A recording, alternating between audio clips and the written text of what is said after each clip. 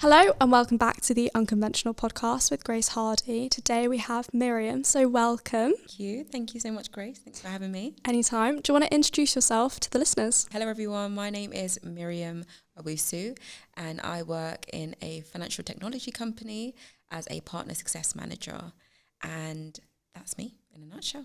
That's amazing. So what was your education like going from school to university, and why did you decide to go in the first place? Yeah, that's a great question. So my education from school to university was a huge transition. So school was good, but I was one of those students that was a bit cheeky, really naughty, but not so bad enough where my mum got called. Because if my mum got called, you'd probably never see me again. Yeah, that would be the end of me. When I got to year 9, there was almost like a life-changing moment where at that point teachers really didn't believe in me. I come from a single parent home, a low socioeconomic background, and sometimes the school system may put you in a box as a result of that, right? And in year 9, I had a teacher. She came in brand new and she saw something in me. And she was like, Miriam, you are going to make it. You are going to make it. And those words just stuck with me. And from then, so I would say from year 9 through to year 11, there was just a transformation. So much so, at the end of year 11, I actually won the best overall student for 5 years. Congratulations. Thank you. So that was huge. And I guess from then, there was just a lot of momentum. Mm-hmm. I was really eager to just not allow my past to dictate where I was going in life. And there were so many limiting beliefs I had, like, I'm not going to make it. I'm never going to go to university. I'm never going to be the woman that I wanted to be. Luckily, I managed to get in to university. I studied a law degree. Wow. And that was challenging in itself because at that point I was actually the first person in my family to actually go to university. That's incredible. Thank you. So it was huge, but there was a lot of really having to talk to myself, a lot of just speaking to yourself in the mirror and just saying you could do it, you can make it, building my tribe. So we'll go into that in our conversation, but having the right people in your circle who really just push for you. They advocate for you. Even when you feel like you're not going to do it, they'll be like, keep going. And thankfully, back in 2019, I graduated. That's incredible. And so how difficult was it to keep that positive mindset through school? For me, I didn't have an amazing school experience, and I really struggled with believing that I could accomplish the exams and do well and all that sort of stuff. How difficult did you find to keep up that positive mental attitude? Very, very, very difficult. And I think we're not often taught that believing in yourself is one of the most important skills, or one of the most important things in life. If you don't believe in yourself, even if other people believe in you, you're probably not going to get to where you need to get to in life. Mm-hmm. But very, very early on, I realized that. And I started to look at things like personal development. I realized that was a whole science in itself. You know, looking at personal development books and understanding the mindset shift, and changing your mindset, changing your paradigm will ultimately change your life. And when I started to understand that, I tested it out. Like if I was going into an exam, for example, going in with a mindset of I'm going to make it, or you're perfectly capable of achieving a great grade that your peers could achieve. You're no different. As long as you put in the work, you could do it. And over time, I started to accumulate small wins, and that made me just realize, like, your mindset in life will change your life. And that's the mindset I've just kept through. And even now, working in the fintech world, like, there's times where I doubt myself. And one of the reasons why is there's not many Black people in tech. And I don't let that limit me in any way, but there's times in my mind where I'm just like, can I get to certain positions? Yeah. Because of my colour. But because of all that work that I've done over the years of like personal development and just believing in myself, I know I can. So yeah. And I think that's so amazing. And I think you're really spearheading that for other women in your position. So for me, I always find it really difficult to be able to look forward and think I deserve things in different positions because I can't see someone like myself who's already there. Completely agree, Grace. Completely agree. Sometimes you don't see that person who's already there, and you have to be that person. And I'm very big on be the change you want to see. You know, thankfully now there's a lot more there's a lot more people in positions where I want to be. For example, Katie Graham, who we both know, phenomenal. Absolutely amazing woman. Yeah. She champions diversity, equity and inclusion. She's huge, and she's in a position where I'm like, if Kaylee can get there, then why can't I? Now, it's not to say I want to be head of partnership, but she's in a senior position. She's a woman of colour. So that's inspirational. Definitely. And I think if you didn't see it, her talk at Accountex on EDI was so incredible. And I just wish more people were there and heard it, because it was really actionable steps to make sure that people hire inclusively. Absolutely. So shout out to Katie Graham. You're doing We love amazingly. you. We love you. After university, what was sort of your transition into work? Because you decided that you kind of like sales more than law. How did you figure that out? I think it pretty much figured me out. It found you. It found me. And how it found me, so when I started university, like one of the first things I did was find a job. It's like, I need to survive. I need to live my best life. Yes. I never wanted to be that student who just couldn't do anything. If I wanted to buy KFC, I wanted to buy KFC. Yeah. So I managed to find a job in Coffin Warehouse, and that was my first exposure to sales. And I had no clue. But one of the things that I noticed when I got in, I would always get in my appraisals or feedback from my managers like, Miriam, you could build a rapport. And they could see how I would bring in sales off the back of that. Like I would just have a chit chat with a lovely lady about her weekend or a holiday, or if she was having troubles with relationships, like we'll just have a chit chat. Before you realise she's buying X, Y, Z off the back of that. And that just made me realise, okay, there's something here with having the ability to build a rapport with people and just being charismatic. And that's just me as a person. And if that can link to selling a service, selling a product and generate money for yourself, and so be it. So over the years, I started to build my sales experience, and following university, I actually became a real estate agent for a top estate agent in London. And that took my sales to the next level. So when I was able to see that, okay, you could sell properties worth hundreds of thousands to the millions, it's like, okay, there's something here. And in that period, I started to eventually hear the world of tech. Tech is a very, very innovative, fast-moving industry or space. And there's, especially in the world of sales, there's a lot of money that you can make from it. So for me, it was like, okay, I've accumulated all of these skills. Let me now take it to the next level in a space where I'm learning, and I love to learn, and also making money. Yeah, so, because we all want to go on holiday. Honestly, where's your next holiday destination? South of France. What about you? I want Dubai. I want to go there too. I really do, because I'm so intrigued now. Everyone keeps going. Yeah. And some people say it's great and some people say it's terrible, and now I want to find out for myself. We've got to go together. All right, you've convinced me. For us to just have an informed decision, make an informed decision as to whether it's the spot. What sort of skills do you think are important in sales, and what do you think you've learned from real estate that helped you in tech? One of the biggest skills in sales is communication. For example, you could be speaking to a C-suite individual, but then you could equally be speaking to anyone in that business. If you're not able to connect with that person, even irrespective of whether your product or service is phenomenal, then you're almost speaking to a brick wall. So for me, I've learned that it's not about using legal jargon or tech jargon. It's like, how can you speak to someone as a human being and connect with them?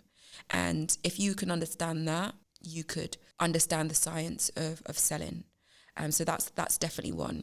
I would also say resilience is key. So I've worked in various different roles in sales, as I've touched on, but junior roles or entry-level roles, such as being a sales development representative. So, for example, in a tech company, that role is primarily to do with doing cold outreach, trying to generate interest from anyone. Yeah. Anyone who's seen as your ideal customer profile, ideal client base. Even with that, you could pick up the phone, make 100 calls. 90% of those calls will just be people putting the phone down. How do you deal with that? So you need that resilience. You need to be able to push. You need to be able to not allow one setback to knock you back, because you could call again and then that could be someone that could ultimately result in a sale. So you really need to be able to push and not allow setbacks to knock you down for too long. Finally, teamwork. So for me, even in my role currently as a partner success manager, I know that I can't be successful if I don't collaborate or connect with other people within the company. So I know my role isn't just, I understand my role or how it sits with the wider business. So there's times where I may need to get marketing involved. Let's say we've got one of the customers that I'm dealing with or managing who has had a great success story. Yeah. How can I get marketing to get that story on board to publish it? Or let's say if one of your clients has extensive feedback for the product to shape the roadmap, you then connect with the product team to be like, hey, this is feedback I've got. What's your thoughts? Is this something that we can implement? Yeah, teamwork is definitely important in sales. 100%. Sure. And I love all of those. And I think what you've said in the first one as well, I would add being authentic really helps make that connection. Personally, I'm terrible at sales. Like, I really, really struggle with it. It's something that, and marketing is something I really struggle with in my own business because it's not a set of skills that I've had in previous roles. It's something that I've just had to learn whilst doing. But being authentic has really, really helped me.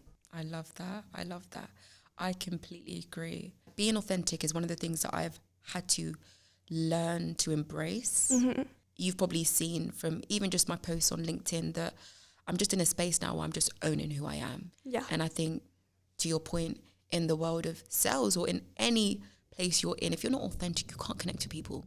And it's tiring to be someone that you're not. It's tiring. It's exhausting. And I found that, so when I set out my business, I was like, right, okay, I need to be really professional. Otherwise, people aren't going to take me seriously because I'm a young female in accounting. I would like do Instagram reels with a blazer on and a slick back hair look and all that sort of stuff to look really professional. But it isn't very authentically me. I would never show up to a client meeting in a full suit. I'd probably realistically show up like this because it's comfortable and they can relate to me and all that sort of stuff. And then I realised, right, why don't I just do that on social media because that's who I actually am. And when I started doing it, that's when my followers went up, my engagement went up, all that sort of stuff because they were like, okay, this is relatable now. Grace in a suit is not relatable to anyone. Grace with her jelly cats in her baggy hoodies is relatable. And I think that's so important for anyone trying to grow on social media as well, whether it be LinkedIn, Instagram or TikTok, is just be yourself. And it's so much easier also to come up with content ideas because you're just basically talking about yourself and your own experiences. Absolutely. And I love your posts. Just even I on love LinkedIn. yours. Oh, thank you so much. Honestly, you could just tell you're just being yourself. Whether it's just a picture or selfie or you on holiday, you're just being your real self. And we know as people that are trying to build our personal brand and in a positive way, just showing up as your true self, that enables you to just connect with people on a different level. And it's taken me a long time to get to this point, to just own it, because there was a time where I was just scared of what people thought. Yeah. And even for me, I've had exposure to, I guess, the legal corporate world. I've gone into top US law firms and done placements there. And there were times where I was just oh, do I need to sit a certain way? Do I need to talk a certain way? And I don't know what to do. But then the moment I started to realize, no, be yourself, everything has just been so much easier. Be yourself, be authentic. I love that. And being authentic helps grow your network as well so much, which is something you've done a brilliant, brilliant job at.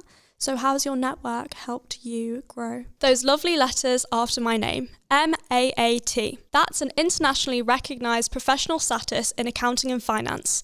It tells employers and clients that I've reached a high standard of education and experience.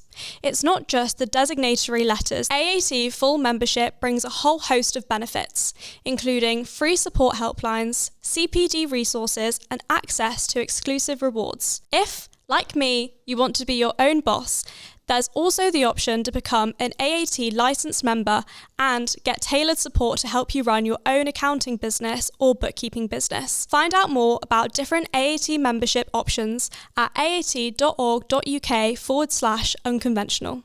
It's been a whirlwind. Yeah, and the reason why I took a breath was because if you were to look at my LinkedIn maybe 3-4 months ago, silence.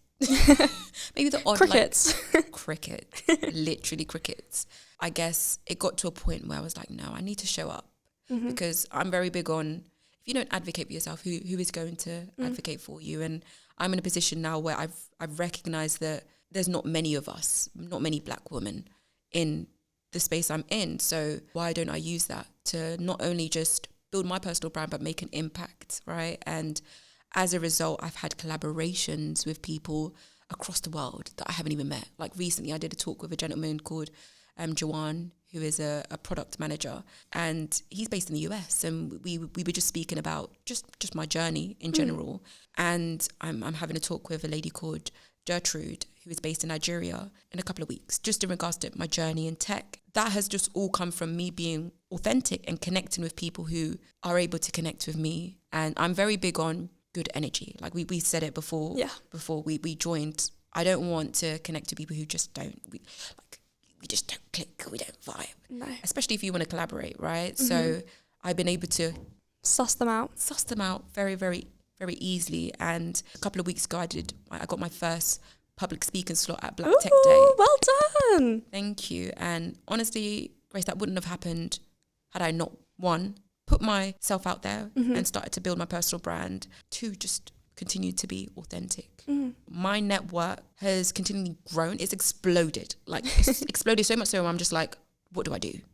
Because I'm very private. I don't really like social media as much. It's been a good explosion. A lot of positive things has come from that. But I wouldn't be where I am today had it not been for my network. I agree. And I think I'm also a very private person, but now I've obviously grown my personal brand and I speak online and I post on social media and stuff, and it's just finding the right line for you and what you want to share and what you don't. There's a lot that I don't share online and I probably never will because it's not really me, but that's okay, and it's just learning to find that line that works for you. But for me, my network has also helped me massively. I wouldn't really be here without it.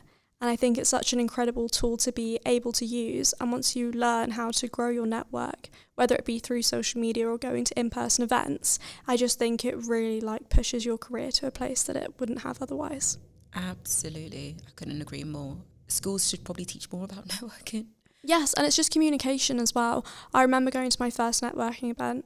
I was literally bricking it so much. I was so terrified. I really didn't know what to say to people or how to interact with them. So I just found another girl who had never been to a networking event before, and she turned around, she said to me, right, who is the scariest person in the room? And I looked over at these two Essex geezers with slick back hair, open shirt, cross tattoo, because in a normal environment, in a bar, I would stay so far away from them. So I was like, they are the scariest people in the room to me. And she was like, okay, what you're going to do now is you're going to go up to them and speak to them. Because once you've spoken to them, then you've done the scariest people in the room and everyone else will just be a breeze. I love that. The scariest person. Noted.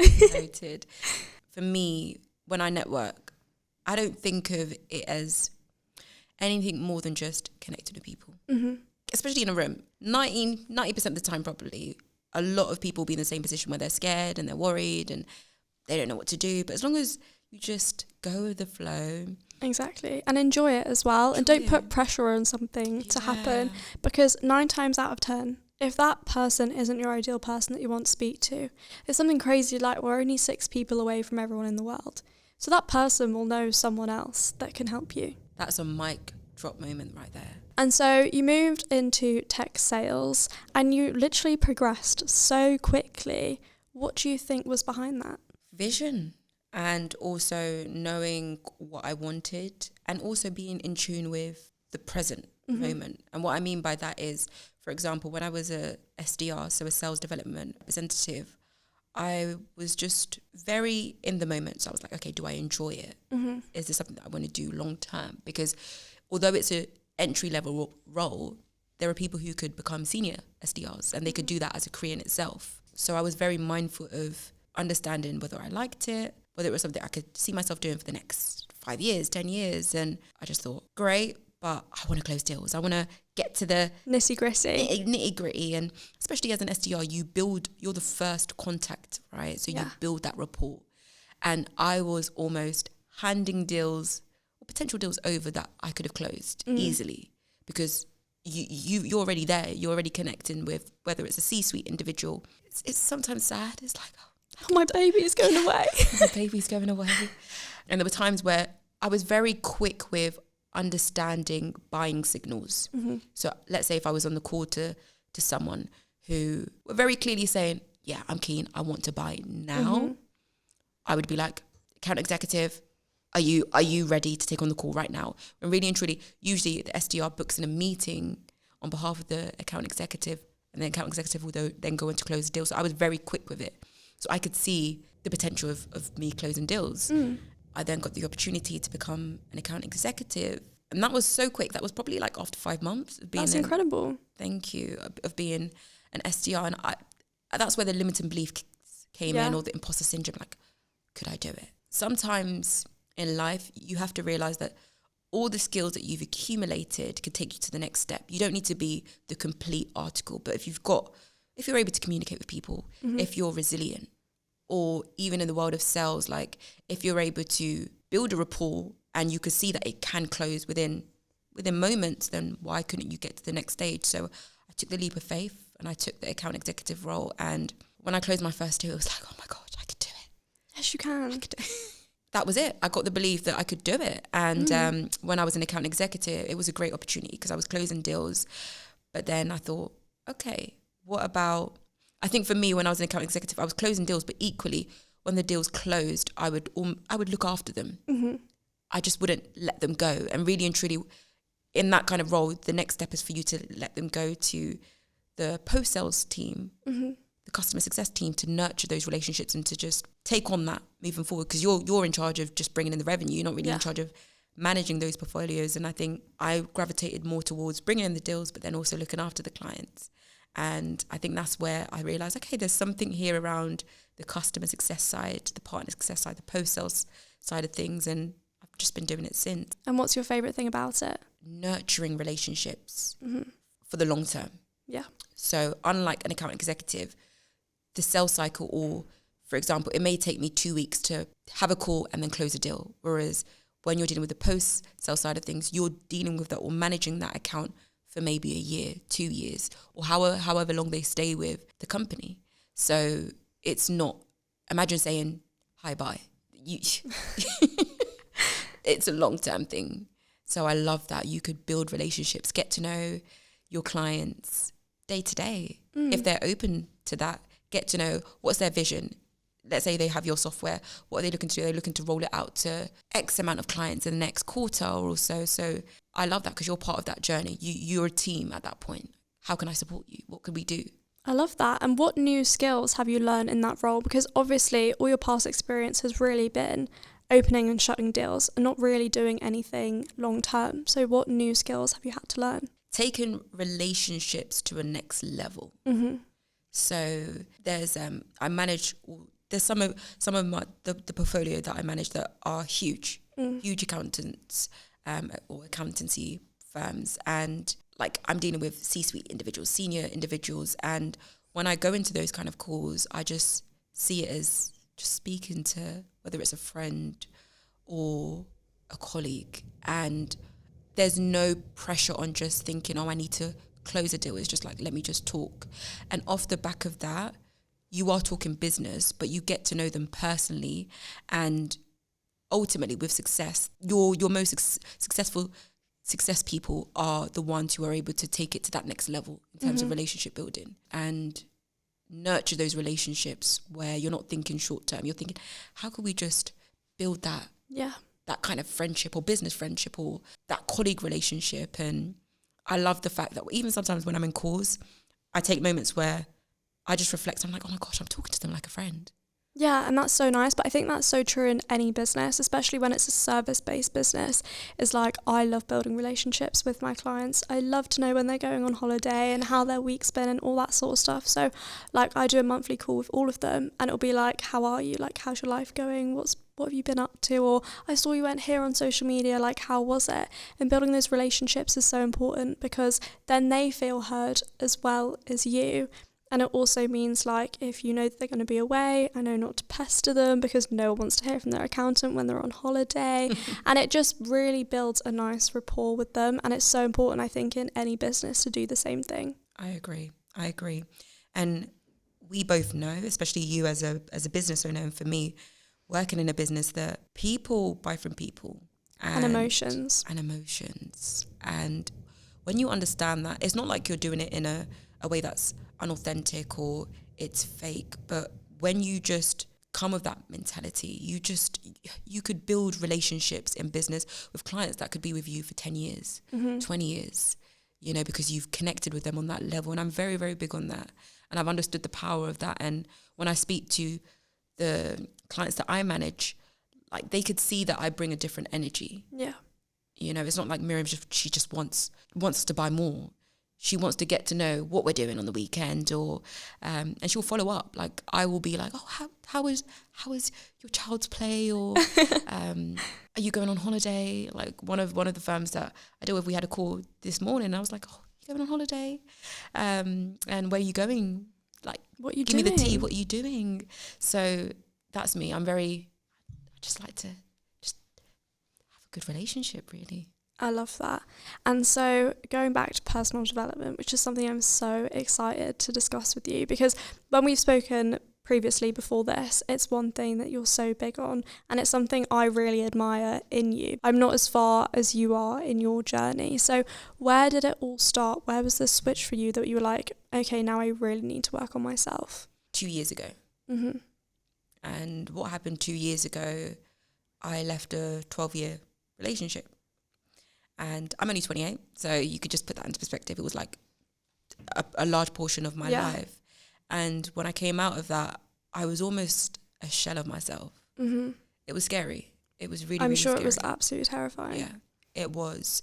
And at that point, I realised I'm very ambitious as a person, right? And I know what I want in life. But I realised that person I wasn't going to get what they wanted if I didn't do the work. Yeah.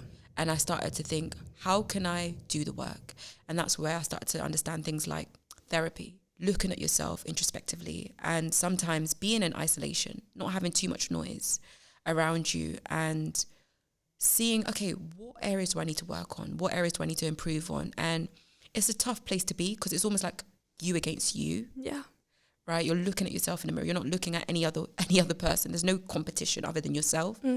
And it was such a beautiful journey for me, because every step that I took forward, I could just see me becoming the person that I wanted. And I always say, even now, like, I'm becoming the woman that I've always wanted to be. And I could say that with pride, because I've done the work and I'm doing the work, you know, but it wasn't easy. But one thing I've realised now is that it's an ongoing journey. Yeah, I don't think it ever stops. Right. I've not arrived even now. There's so much more to do. And as you said, it doesn't stop. So, but because I've started it, I know that every step that I make is me just becoming a better person, a better version of myself. And that's honestly incredible. I always think breakups are so difficult in themselves anyway. I sometimes become very codependent in relationships. And so when I get out of them, I feel very alone. I realise, oh, well, I haven't really been doing anything for myself. And so now I basically need to start from square one. Stop missing them, because you always are. And I find that part really, really difficult. I remember a recent breakup. I just missed them so much, and all I wanted to do was call them and tell them about my wins, because that's what I would always do, and we chat about our day. And I literally made my favourite breakfast, which is Nutella on toast, and I couldn't eat it, and I was just so upset.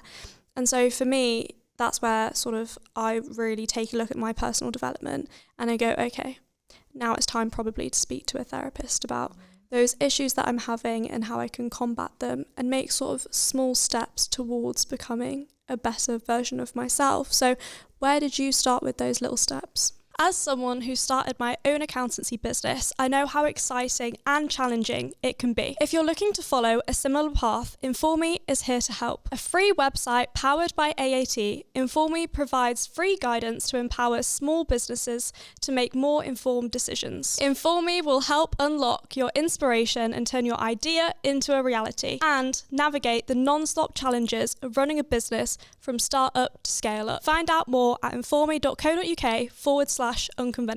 I guess for me, the first step was acknowledging where I was at, especially mentally broken. And you really can't, we've always heard of the saying, like, you when you acknowledge it, that's the start of everything, right? So for me, just coming to terms with that. Mm-hmm. Okay, you've got to do the work. You're here. How can you get to here? Yeah. And that made me just realize, okay, cool. I know I can't do this on my own because I don't have any energy. I could barely get up. It was that bad. Bless you. Yeah. I was always pushing through. I never like stopped working, and I probably worked more during that time. Yeah. But I realized, okay, you need a team, you need a tribe, you need a community. And I started to look for therapists. And it was just a Google search, and I found so many. But one thing about me, I'm very big on, I've said it even in our core Grace, like I'm very big on energy. So I was always trying to find someone that I could connect with, and we just had a vibe, because I knew if I was going to go through therapy, it was going to go deep. Yeah. Really, really deep. So you don't want to imagine going deep with like just an awkward person. No, and I had to do the same. So when I was looking for therapists, I actually got to the point where I was speaking to so many. I just made a PowerPoint on my life, and I went, these are the big issues and like traumatic things that have happened to me. Let's just talk about it, so you know. Because I was like, so like what's your life been like? So I just put it in a PowerPoint because I'm an efficient queen. But it's also finding someone that you can relate to and understand with, because therapy, I think, sometimes goes far deeper than you expect it to go, and you have to talk about things that are uncomfortable to speak about, and you'd much rather do that with someone that you trust with than rather someone you just really don't gel with, and then it feels more uncomfortable than it needs to be. That's so important. You need to gel and you need to go deep, because sometimes there's things like childhood trauma, and we all have people around us like friends or loved ones, but they may not have the resources or the understanding to be able to help you navigate through that. Yeah. Like I've got friends, I've got family members who will be like, keep going, like you've got this, and they'll give me that strength, but can they tell me where that stemmed from? Can they tell me, okay, why did I react that way, or why did I feel a certain type of way? So it's really important, especially if you're in that stage of your life, to understand that there are people out there who are equipped with the right tools. Yeah. And I know you mentioned earlier about codependency. Oh my goodness, I didn't even understand what codependency was until I went to therapy. And I realized, and I even bought a book called Codependency No More, because I've been in relationships, or in that relationship, where I just gave so much, where I didn't even recognize I had to give to myself. Yeah. And it's such a dangerous place to be. It is. But it stems from somewhere, right? And I was able to unpack that. And as a result, I'm now in a healthier place. Yeah. And I think for me, it's also, sometimes when I reflect, I think, imagine if I didn't do the work. If I didn't start doing the work. It's so important to know where you're at in life, and there's always people there to help. I totally agree. And so what resources would you recommend to listeners, like podcasts and books and things that have helped you on your journey? Yeah, so Codependency No More, definitely. It's one that has been life-changing for me. I love The Diary of the CEO. I love that. Stephen Bartlett, it's amazing. He's amazing. Because I think even with his platform, there's so many people that he brings on, and you just learn so much about life and the brain, or just everything about personal development, or where people have got to in their life. And just many of them have stories that resonate with me, where they've gone through adversity, but how do they navigate around that? So definitely check out the Diary of the CEO if you haven't. I would also say just BetterHelp is another platform. Yeah. For if you want to find a therapist. Like you can literally just go for a short questionnaire, and they'll ask you, do you want what kind of therapist do you want? What location? Things like that. And they'll just match you to them. And even when you find a therapist, if that's the path you want to go down, don't be afraid of changing if needs be. Because sometimes you may not connect with that person. Yeah. So you may need to really change to ensure that you maximize what you get during that time. Amazing. And so something in my personal development that I really struggle with is gratitude and celebrating small wins, especially as a business owner, because everything is going like so fast and everything is happening all the time. I am terrible at taking time out of my day to sit and reflect. So what tips can you give me so that I can improve on that? Gratitude is important, and it's something that I hold dear. And there was a time in my life where I would just go. I didn't do that. And as a result, it was almost like life was just passing by. And then I almost had a wake-up call, and I was like, you really need to celebrate the small wins and be in the moment, because it's not always about the end goal. It's about the journey. Like, what you've achieved so much, like so much, Grace, and I'm so like just proud of you. Thank you. Honestly. And I think for me, some of the things that I do is I meditate every morning where I can, even if it's like 5 minutes, just meditate. And that just brings me back to now. What's happening in my life right now, and it enables you to just connect with just the present you rather than the future you. Especially with you've probably got goals for the next 5 years, 10 years. Like, what's Grace saying right now? What's happening in your life right now? I've also got like a gratitude journal. Oh, I love that. Yeah, I've just bought it off Amazon, but You're gonna have to send me the link. Yeah, for sure. I love it, and it just gives you areas where you could just write, like, let's say 3 things that you're happy with or you're proud of, and it just, even if you're going in life, you have moments where you can note it down. So even if you get a second to just think, okay, what have I done? You can go back to your gratitude journal and just be like, okay, these are the 3 things that I've achieved in the last month or week or so. I also highly recommend like gratitude walks. That may be something that I've probably invented, but I like to just put some music on, go on walks and just reflect and just think, what am I grateful for? And that could just be waking up every single day. Because I think sometimes life is just, it's phenomenal, right? There's so many things to experience in life, but sometimes we forget that waking up every day in itself is a blessing. Not many people wake up, right? So just take a moment to be like, thank you for life. And the fact that I could speak, I could breathe, my family are healthy, my family are okay. It just keeps me grounded. And it keeps me intentional with life too, because you're appreciative of the little things. Yeah, I love that. I'm going to take all of that away. I'm literally so excited. What is a piece of advice you would give your younger self? There's a lot that I would say to my younger self, but I would say the biggest thing when I look at the younger Miriam was self-belief. And I would say, believe in yourself. Just believe in yourself and trust the process. And as I've mentioned, I don't come from money. I come from a single parent home, and there's so much sometimes that your mind just fills you with so much doubt. Irrespective of what background you come from. You could come from money and still have doubt. But I think for me, just understanding that you don't necessarily have to look at your external factors to have that inner belief. If you take time to build that inner belief and self-belief, doors will open and you could achieve so much, even if it's the little wins. Like, you can achieve so much. And now I don't necessarily need someone else to tell me you could do it. I know that I could do it. That is beautiful. Well, thank you so much for coming on. I've literally loved every second. I could do this for hours. Thank you so much for having me.